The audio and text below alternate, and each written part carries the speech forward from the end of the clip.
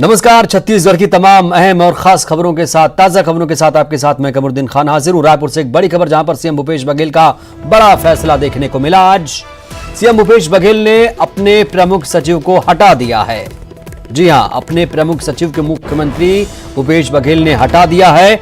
आयकर के छापे के बाद सीएम बघेल का बड़ा फैसला देखने को मिला। गौरव द्विवेदी को प्रमुख सचिव पद से उन्होंने हटा दिया है।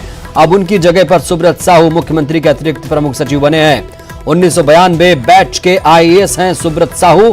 गौरव द्विवेदी बने हैं प्रमुख सचिव पंचायत, वाणिज्यिक, कर और योजना। यानी छत्तीसगढ़ में बड़ा प्रशासनिक फेरबदल देखने को मिला है। सुब्रत साहू सीएम भूपेश के नए एसीएस बन गए।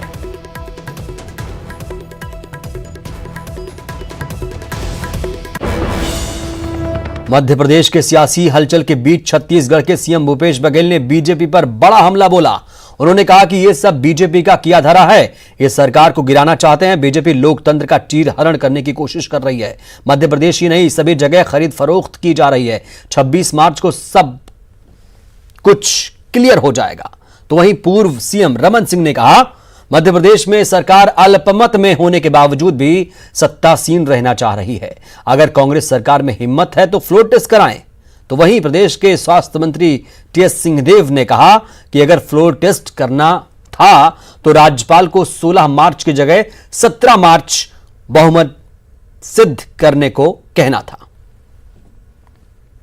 बड़ी चुनी हुई सरकार को किसी न किसी प्रकार से ये लोग गिराना चाहते हैं। खरीद फरोख्त हर जगह चल रहा है, चाहे वो कर्नाटक हो, चाहे नॉर्थ ईस्ट हो, चाहे वो गुजरात हो, चाहे वो मध्य प्रदेश हो, सब जगह इस प्रकार से ये लोग काम कर रहे हैं। और ये इनका लोकतंत्र में विश्वास नहीं है।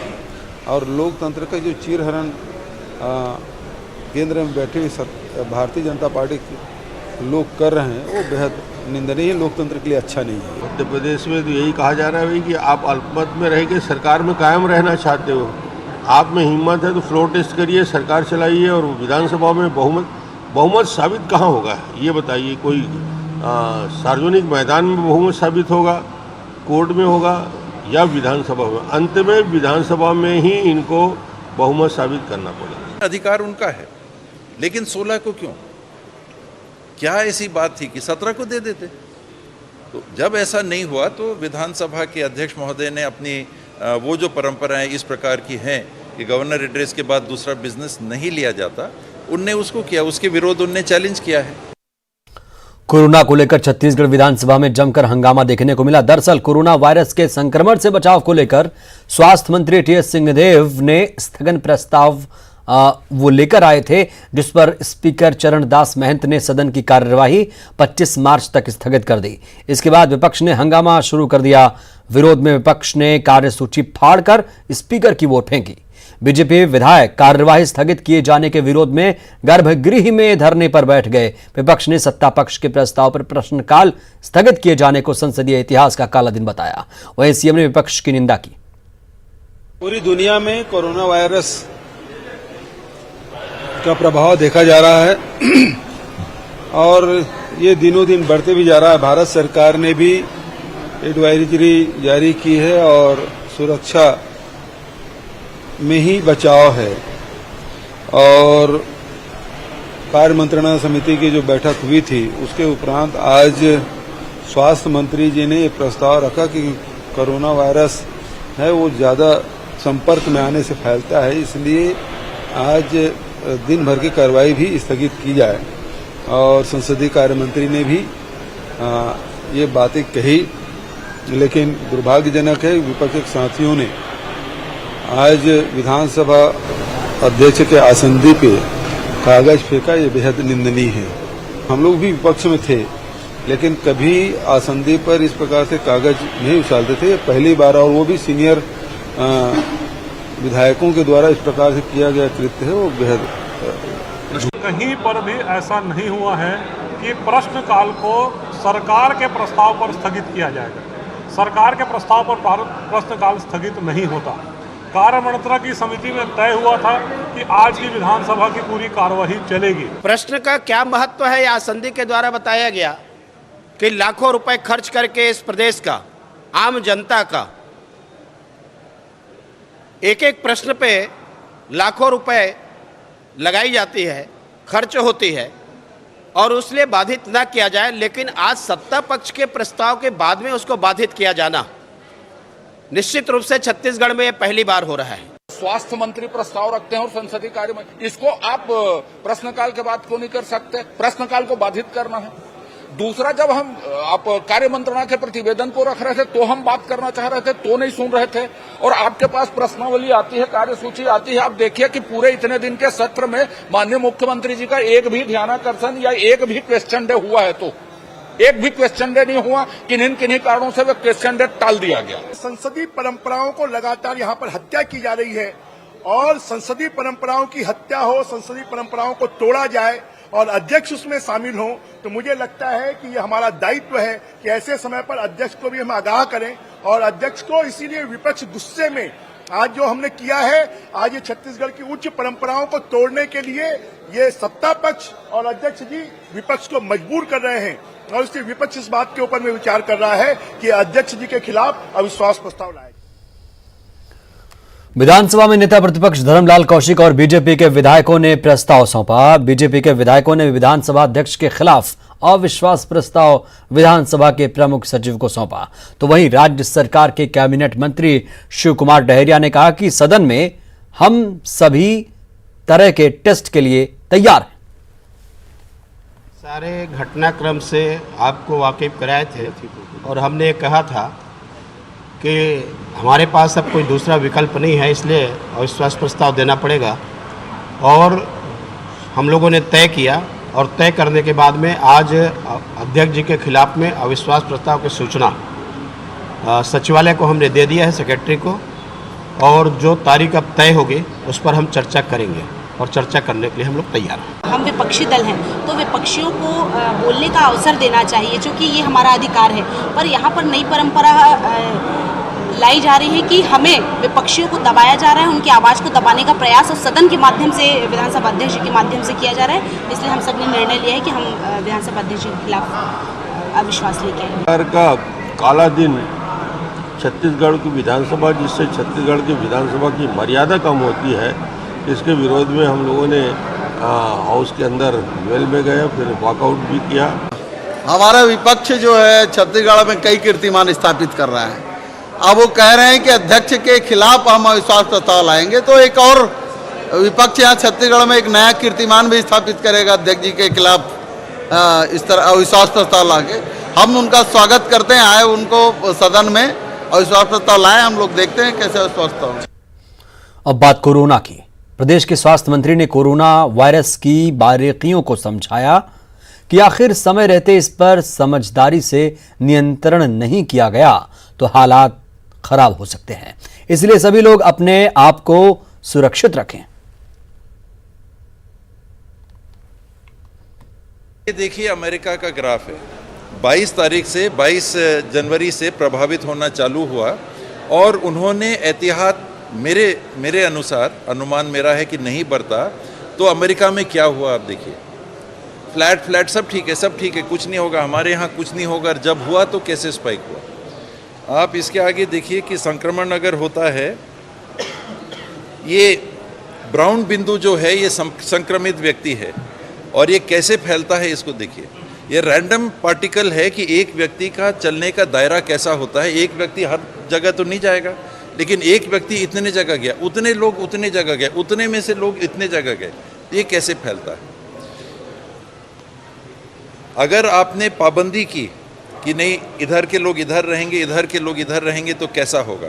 और जरा सा भी उस पाबंदी में अगर ढील हुआ तो क्या होगा आप देखिए। ये जो संभावनाएं हैं, ये गणित अगर कहेंगे तो गणित चला जाएगा करोड़ों में। गणित कि 1 से 100, 100 से 1000, 1000 से लाख, लाख से 2 करोड़, तो वो तो गणित है, लेकिन वास्तविक जो संभावनाएं हैं वो इस प्रकार की हैं। मुख्यमंत्री भूपेश बघेल ने प्रदेश के सभी लोगों से अपील की कि आने वाले नवरात्रि के समय में भीड़ भाड़ से बचें, उस इलाके में ना जाएं। कोरोना वायरस को लेकर सीएम भूपेश बघेल ने सभी आम नागरिकों से अपील की है। आम नागरिकों से मंदिर में ना जाने की अपील की है। इसके साथ ही इस वायरस का अभी तक इलाज नहीं निकला है, इसलिए बचाव ही इसका एकमात्र मंत्र है।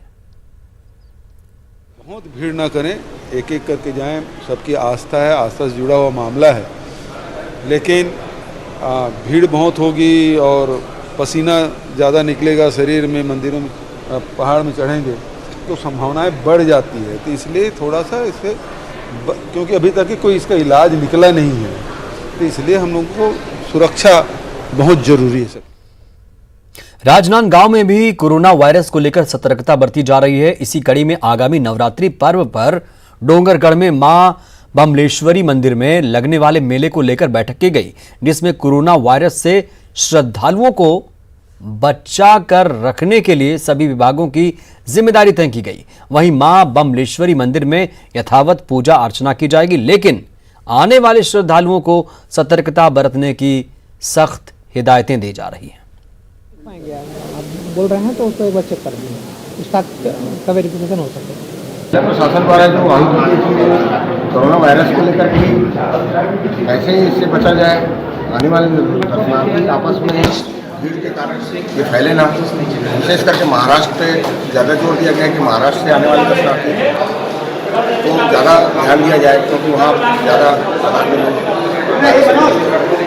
लोगों की सुरक्षा के लिए तैनात रहने वाले पुलिस के जवानों की सुरक्षा के लिए ही विभाग सतर्क नहीं है। कोरोना वायरस के प्रकोप के मद्देनजर सभी सरकारी विभागों में एहतियात बरतते जा रहे हैं, लेकिन ट्रैफिक के जवान जो चौक चौराहों पर खड़े हैं या थानों में तैनात हैं, उनको बचाव के लिए मास्क नहीं दिए जा रहे हैं। ये देखिए आप तस्वीरें।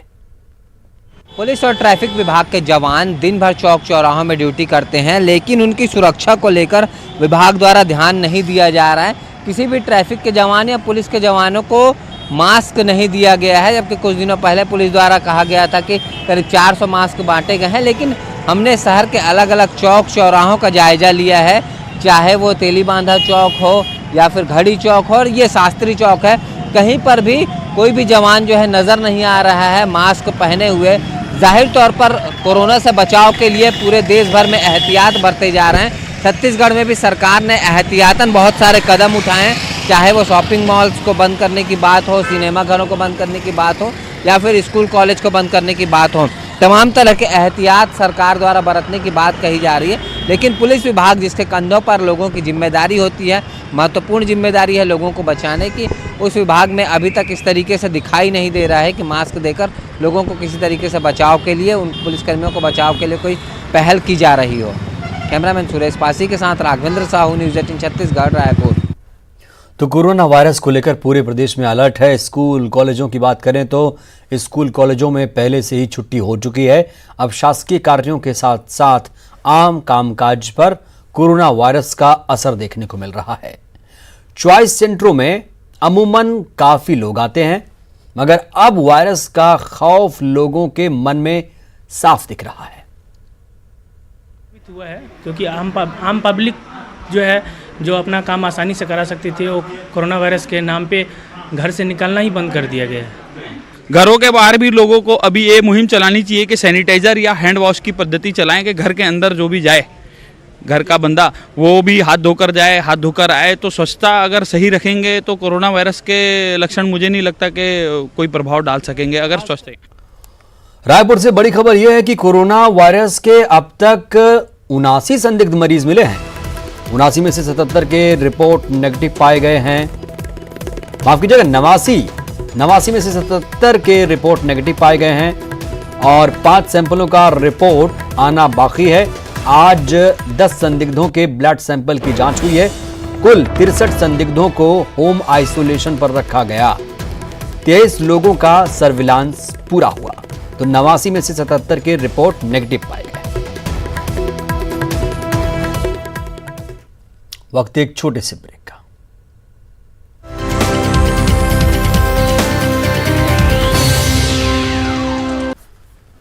ब्रेक के बाद फिर से हाजिर हूं। बात करेंगे मध्य प्रदेश की सियासत की। दरअसल मुख्यमंत्री कमलनाथ ने कहा है कि अगर दम हो बीजेपी में तो अविश्वास प्रस्ताव लेकर आएं।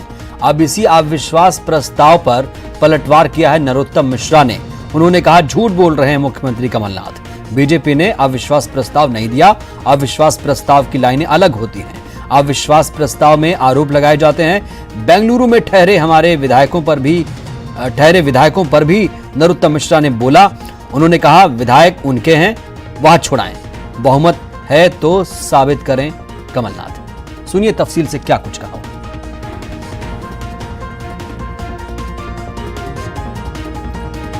तो अविश्वास प्रस्ताव पर अब बड़ा हमला बोला नरोत्तम मिश्रा ने। उन्होंने मुख्यमंत्री कमलनाथ को कहा कि कमलनाथ झूठ बोल रहे हैं। बीजेपी ने अविश्वास प्रस्ताव नहीं दिया है। अविश्वास प्रस्ताव की लाइनें एकदम अलग होती हैं। हम सिर्फ फ्लोर टेस्ट की बात कर रहे हैं। हालांकि फ्लोर टेस्ट अब 17 तारीख यानी कल हो सकता है। राज्यपाल ने सीएम को खत लिखा है और एक बार फिर से फ्लोर टेस्ट होगा। हालांकि जो बेंगलुरु में विधायक हैं उनको लेकर अभी भी सस्पेंस खत्म नहीं हुआ है और फ्लोर टेस्ट को लेकर एक याचिका बीजेपी ने सुप्रीम कोर्ट में भी लगाई है। कल सुप्रीम कोर्ट की बेंच इस पर 2 जजों की बेंच सुनवाई करेगी। लेकिन दिलचस्प बात यह है कि नरोत्तम मिश्रा ने मुख्यमंत्री कमलनाथ पर बड़ा हमला बोला।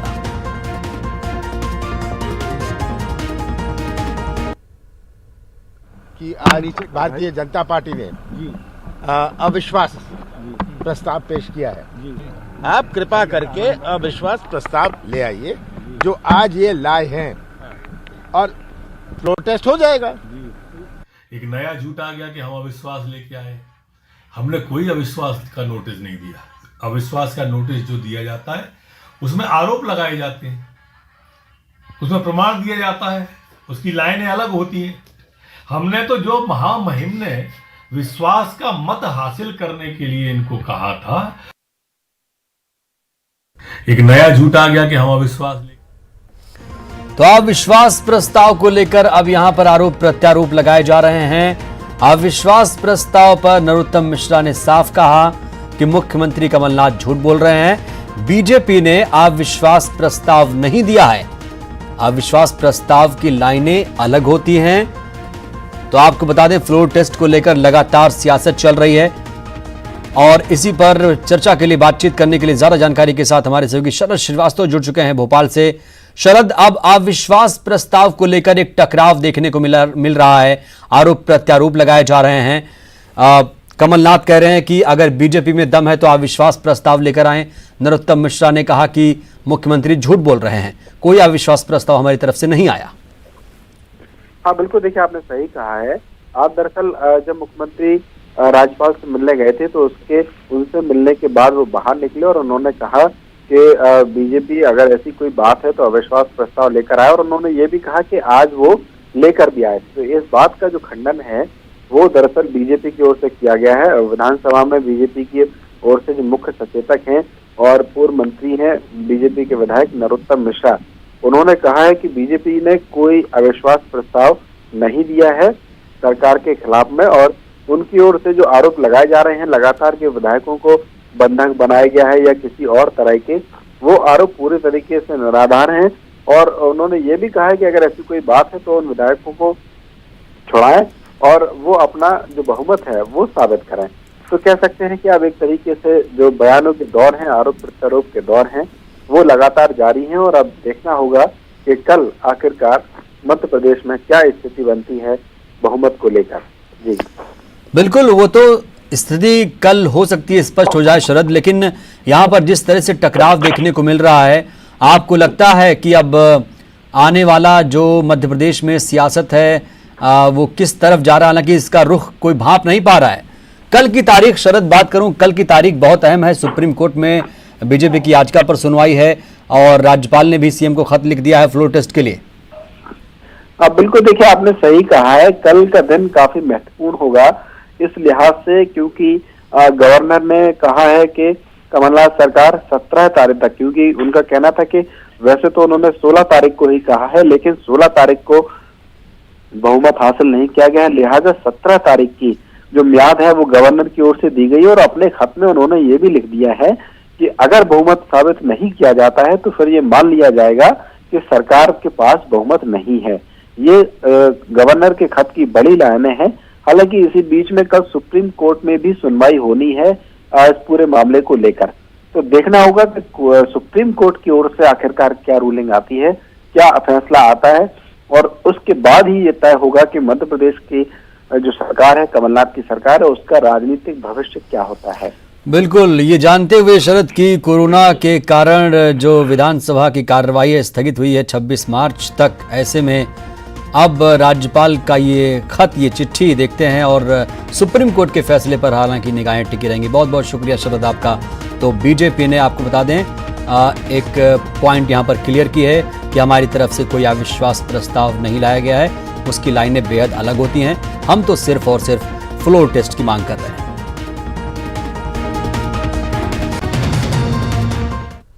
बुलेटिन में इतना ही, आगे भी खबरों का सिलसिला यूं ही लगातार जारी है।